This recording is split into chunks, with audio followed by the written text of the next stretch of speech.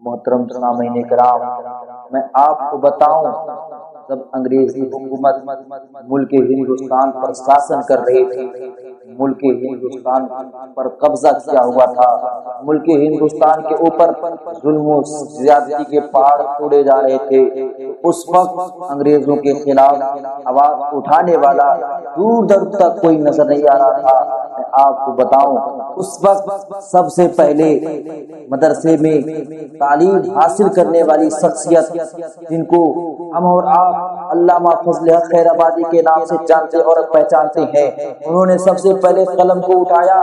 دلی کی جامع مسجد پہنچتے ہیں۔ دلی کی جامع مسجد پہنچنے کے بعد بڑے بڑے علماء کرام، بڑے بڑے مفتیان کرام، بڑے بڑے عقل مند، بڑے بڑے دانش مندوں کو اکٹھا کرتے ہیں۔ اکٹھا کرنے کے بعد آپ نے انگریزوں کے خلاف جہاد کا فتویٰ لکھا ہے۔ محترم سامعین کرام، انگریز ہندوستان کے اوپر، ہندوستانیوں کے اوپر، ملک ہندوستان کے اوپر اتنا زیادہ ظلم کر رہے تھے، اتنی زیادہ زیادتی کیا کرتے تھے کہ حد سے زیادہ زیادتی جب کیا کرتے تھے تو علامہ فضل حق خیر آبادی قلم کو اٹھاتے ہیں اور جہاد کا فتویٰ لکھ دیتے ہیں۔ اور جب علامہ فضل حق خیر آبادی نے انگریزوں کے خلاف جہاد کا فتویٰ لکھا، جہاد کا فتویٰ لکھنے کے بعد جو وہاں پر عقل مند اور دانش مند اور جو مفتیان کرام موجود تھے، تقریباً 6000 علماء کرام، مفتیان کرام اور دانش مند اور عقل مندوں نے اس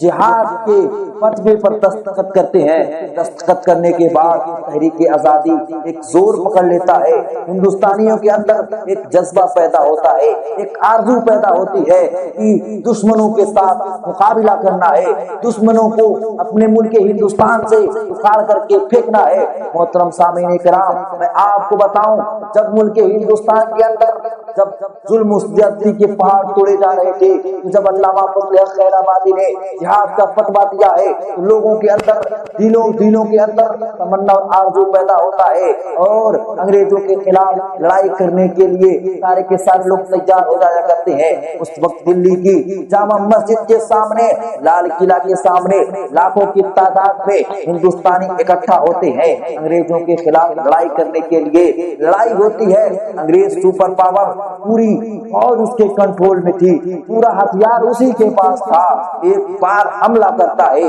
ایک بارگی سے حملہ کرتا ہے، لاکھوں کے تعداد میں ہندوستانیوں کو شہید کر دیا کرتا ہے۔ محترم سامعین کرام، میں آپ کو بتاؤں پھر علامہ فضل حق خیر آبادی کو زنجیروں میں جکڑ دیا جاتا ہے۔ زنجیروں میں جکڑنے کے بعد علامہ فضل حق خیر آبادی کے اوپر مقدمہ پیش کر دیا جاتا ہے۔ جب علامہ فضل حق خیر آبادی کے اوپر مقدمہ پیش کر دیا جاتا ہے، علامہ فضل حق خیر آبادی کو لکھنؤ کی عدالت میں پیش کیا جاتا ہے۔ علامہ فضل حق خیر آبادی کو لکھنؤ کی عدالت میں پیش کیا جاتا ہے اور جو آپ کے خلاف گواہ پیش کیا جاتا ہے وہ آپ کو پہچانتا تھا، جانتا تھا، اور جو وہاں کا